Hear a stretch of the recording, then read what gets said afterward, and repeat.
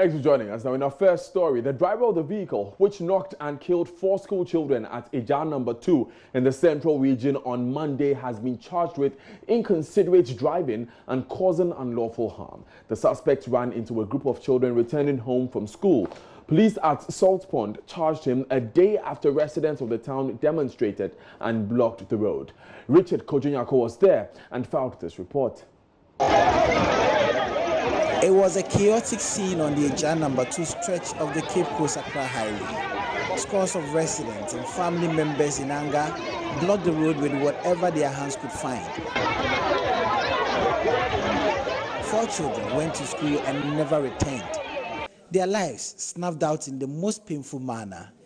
They said goodbye to their parents in the morning, bid their teachers goodbye in the afternoon, only for both teachers and parents to be greeted with news of their death. I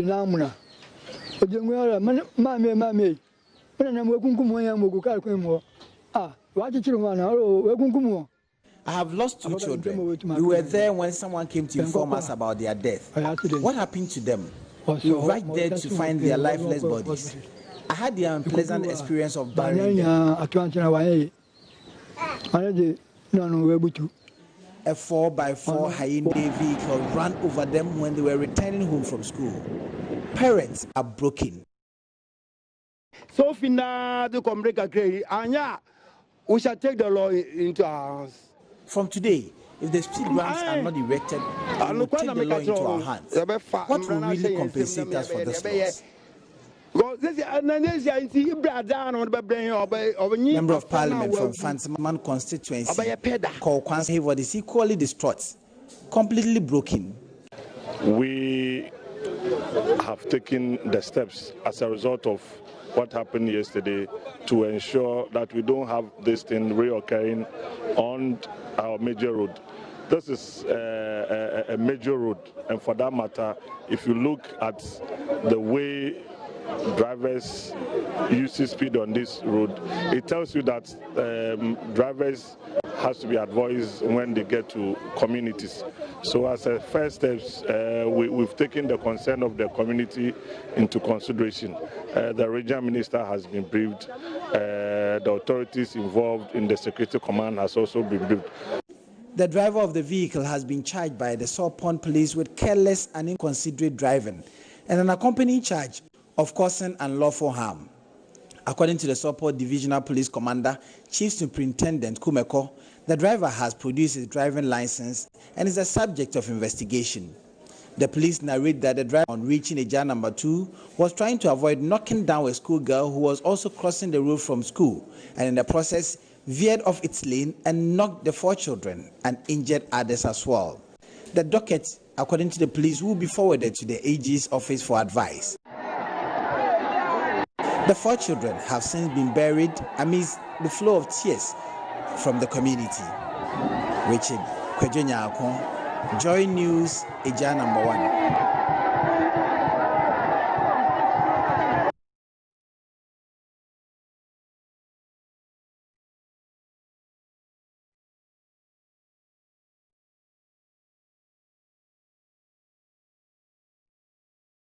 And may their souls rest in perfect peace.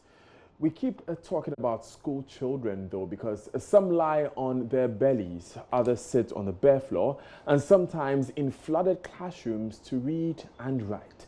Those are just a few of the struggles of the pupils of the St. Francis of Assisi Basic School, and they have to endure these daily in a bid to access education in Aguna Ahanta, the capital of the Ahanta West municipality of the Western region. Pupils and teachers have expressed fear and worry over the poor state of their school, which they say is affecting them academically. JoyNews' Henry Kwesibedu visited the school and has more.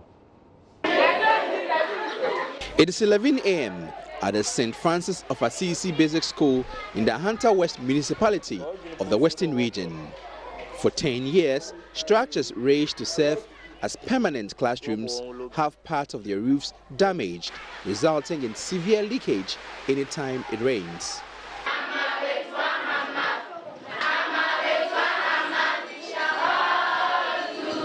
In Class 3, pupils are on the bare floor.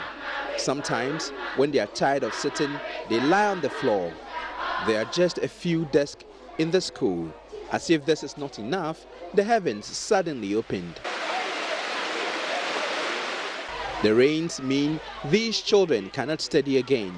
This is because the classrooms and sheds here will not withstand its ravaging force. Pupils and teachers look on very worried and helpless. They move the few desks, gather at the corner in the next classroom, waiting for the rain to subside. It's been raining for an hour and classrooms here are flooded. Dozie Joel is a class 5 pupil here. Last week, when the rain rains, we don't have chance to learn. So the teacher always let us to stop learning and take our brooms to sweep the water, and the water will go out. Some of them too, they will bring the board, and the board too will be white. So we want government to help us to build another school for us, and we will not be struggle how we are struggling with this one. Gladys Ajiman Boatin is a JHS 3 pupil, and she's clearly worried. Last week, because it is raining, we did not get time to learn. And this week too, we are trying to cover the subjects, the topics we must learn for some subjects.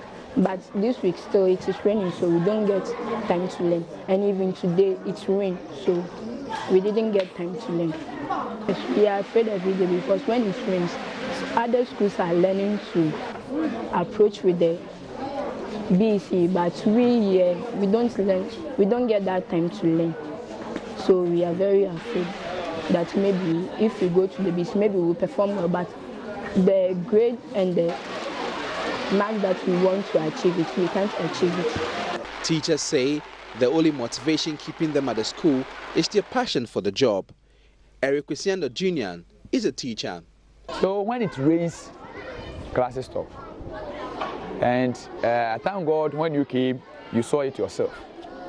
So as a teacher, and I have my will to go and transfer. And so I've told the headmaster, my colleagues are here in Agona Kwanta enjoying better facilities. And if I am also in the same vicinity and I'm in this data, brother, what is preventing me from going on transfer? Okay. For me, it's not easy. It's not easy. Just that we have the passion for the work. That's why we are here. But it's not easy. According to Headmaster Nana Awatwe, several appeals over the years to relevant authorities to remedy the situation have not yielded any positive results. Every year we have what is called EMIS, School Annual Census, and we are supposed to list all items in the school, books, teachers, number of children, desk, tables, classrooms, and in all this, for the past almost 8 years, this document will show that I state that the school is grappling with a classroom. We need classrooms because most of the classrooms are temporarily made. And we also tried writing letters around to help support. This one is from GASEM. No, we wrote to GASEM. Still on the subject of education, the Ghana Education Service says it is worried about the high rate of absenteeism among teachers and pupils, which is affecting academic work in schools across the country. According to Director General of the GES, Professor Kwesi Opoku-Amankwa, his outfit will intensify monitoring to curb the situation. The plan was given a major boost with the receipt of over 200 smartphones to track the activities of teachers. We have been working on the school report card for some time now. We did it as a pilot in some of our districts, and you rightly indicated that you support us to scale it up. It is key to us, especially the aspect where we are looking at issues of teacher absenteeisms and things like that. So once we get some form of support to be able to help us deal with those issues, we believe that we can improve on teacher time on task, and the teaching and learning can improve in our schools. So it is heartening that you've come at this time. We will continue to partner and support you. And we are told that you are starting off in 2 districts. That's right. So we support you. And we hope that the remaining ones will follow up very soon. And probably even go beyond the initial 800 so that we can do more. We are also thankful for the fact that you've been supporting us in various ways to ensure that we give quality education to our children. Now, Executive Director for Millennium Promise Alliance, Nat Ebo Nsako, during the donation says he is hopeful the mobile school report card application developed by his company will help improve the situation. Well, as it stands now, we have promised over 800 tablets. So what we have brought so far is about 217 of them, because we are going to start next week training 2 districts, and the 2 districts we will need about 217 phones, in fact 200 phones. But then we have added the 17 as a backup to ensure that we help them to advance the course of education, quality education, as they intend to use these gadgets to track teacher absenteeism. Is very important, because when we talk about quality education, the teacher plays a critical role. It's not just the student coming to school, but the teacher also being present and teaching. So this mobile school report card assesses the teacher absenteeism, student absenteeism. It also assesses the quality of work, assignments that are given, plus infrastructure that is in the school, as well as the proximity from the school to the community, and a lot more things. Now, the foods we consume go through a long chain of processes, from the moment it's harvested, extracted, or slaughtered, sold on the market, and finally cooked. Often, we are actually unable to tell whether it's safe to be consumed or not. As Ghana joins the rest of the world to mark World Food Day, there are calls for action across sectors to make healthy and sustainable diets affordable and accessible to everyone. At the same time, calling on everyone to start thinking about what we eat. But you know that the Joy Clean Ghana campaign has uncovered things otherwise wouldn't have been made known. Today, we want to remind you of some of the serious nuances the team discovered. Our search for sanitation offenders at Jamestown led us to a beans and plantain seller. She fries her plantain at the entrance of her toilet and sells it in front of her bathroom, which has green algae all over. Collect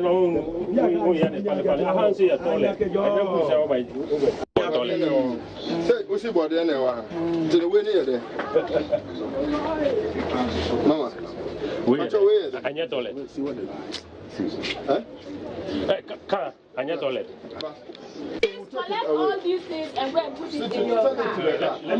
Yes, collect everything and go and put it in your car. At Okankwe South, the team visited an eatery where they found in the storage room food flasks filled with maggots and rotten fish, and soup residue in a filthy container. All this, you blend this from home of where we don't know where you have blended from. It's already the thing is a suspect, because we don't know the condition under which it was ground or blended.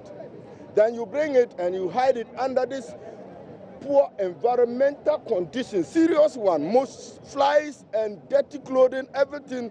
You put this thing under it to use it to prepare food for people to consume. So we are confiscating it and we will destroy it in her face here. Nothing is going back to the kitchen to be used for food preparation. The least can be said for the markets we visited, where food items such as dried fish, pork, and cowhide, popularly known as wele, displayed in the open, were at the mercy of the weather and houseflies. Now when you say flies, no,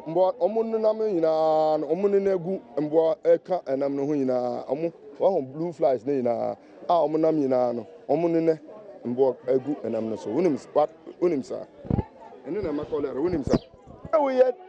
sieve na America no. Nanam ne na we there. Never you know sieve mu. Sieve no, and what sieve no be better or just say na wa year man. You can't expose the meat like this. When you say that's maybe be a. Indeed, how safe are we? We stay on the subject of our food, and environmental health officials in Kumasi Tuesday compelled 8 food vendors at the Central Market and Akwitia Line to halt their work in order to clean the environment in which they prepared the food. The Task Force for the Metropolitan Assembly and Love Inshura FM Keep Kumasi Clean campaign swooped on the hub and found it unhygienic for cooking, especially for human consumption. Abdul Latif Awal was with the team and filed the following report.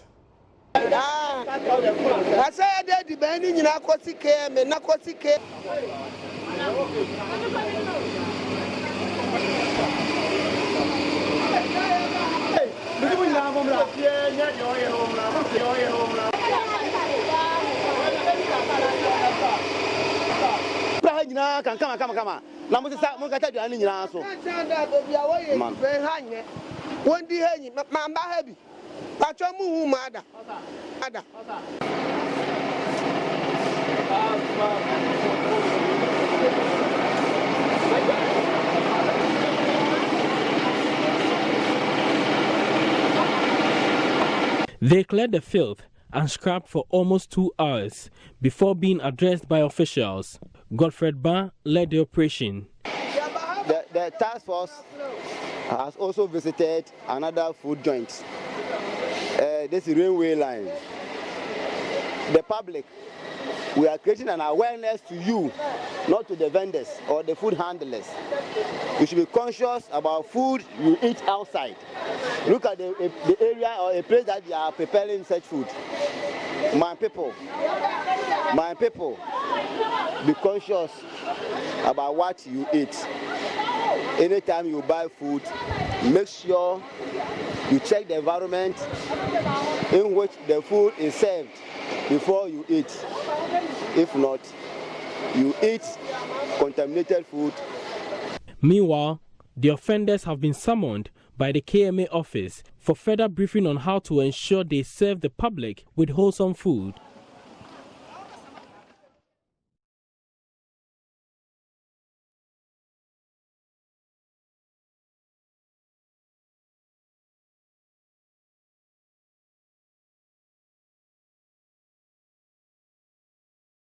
Now, do you know that it currently costs the world a whopping $2 trillion medically to deal with obesity? Speaking on the AM show, the Regional Communications Director for the Food and Agricultural Organization, FAO, Daisy Wensu, underscored the need for everyone to pay particular attention to healthy dieting as the world observes World Food Day. We have a huge proportion of the population who are also suffering from obesity. So it's quite a paradox. There are a lot of hungry people, but there are also a lot of overweight and, you know, it's obese people. So it's a bit kind of a paradox and very interesting.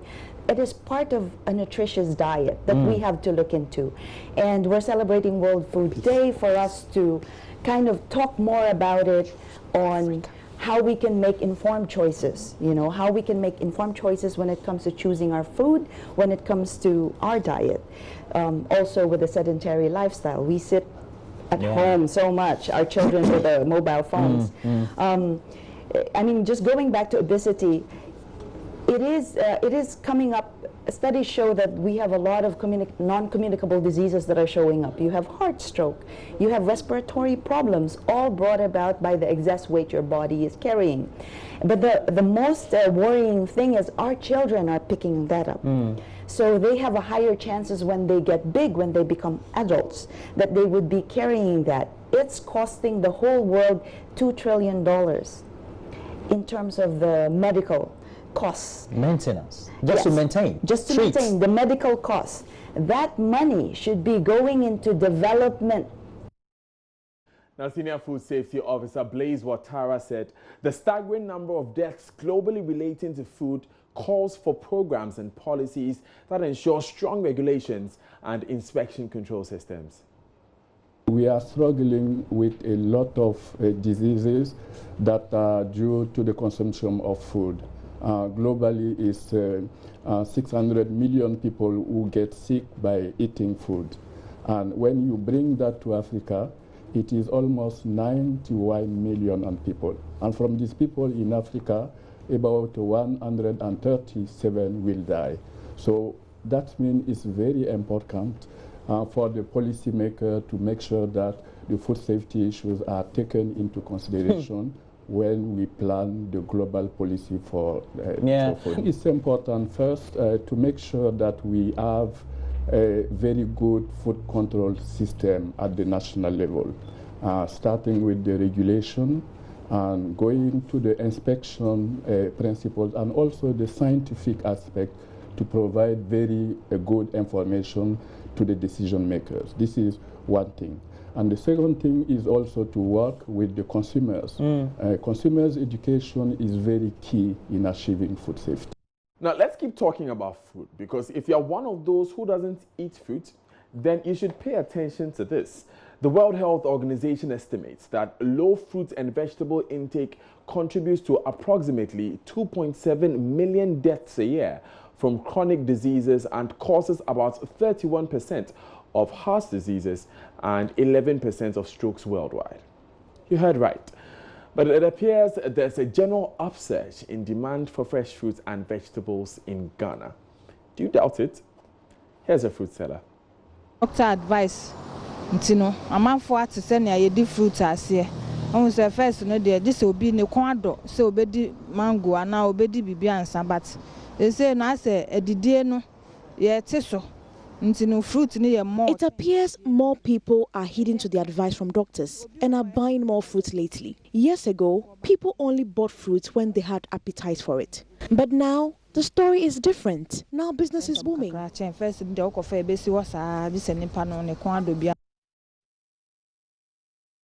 Looks tasty.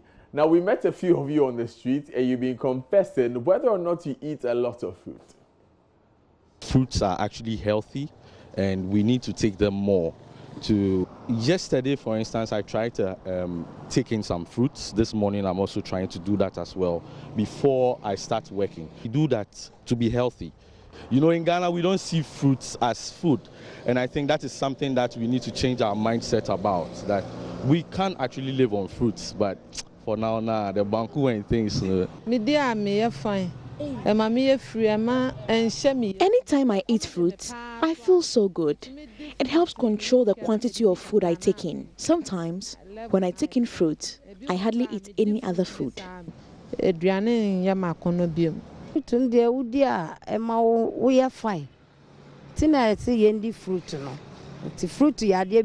fruit in the morning is very good. It comes with a good feeling. I think I have an apple after the bulletin. And away from food, though, 29-year-old pilot with the Africa World Airline, Victor Poole, growing up in the Upper West regional capital, Wa, had never dreamt of being a pilot. Mr. Poole flew 49 passengers on Africa World Airline Embraer 145 for the first time as commercial flights resumed operations in the Upper West region. JoyNews Upper West correspondent who was at the airport when the plane arrived reports that Victor was mobbed by former schoolmates and friends of Wa St. Francis Xavier Minor Seminary. Here's his report.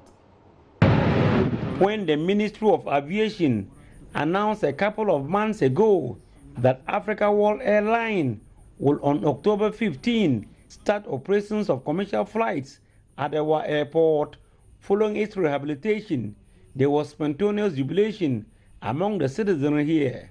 The people of the region were unaware that Africa World has a surprise beneath their sleeves. That surprise was no other person than the 29-year-old flight captain who will fly the 49 passengers to the 77-year-old Wa airport. Victor Poole hails from Nandom but had his secondary education at the St. Francis Minor Seminary in 2007. He is grateful to Africa World Airline for giving him the opportunity to be part of the crew that will first touch down at the Wa airport. I thought it was a very great opportunity that was afforded to me. I thank God for that. And I'm very excited to be here today. Thank you very much.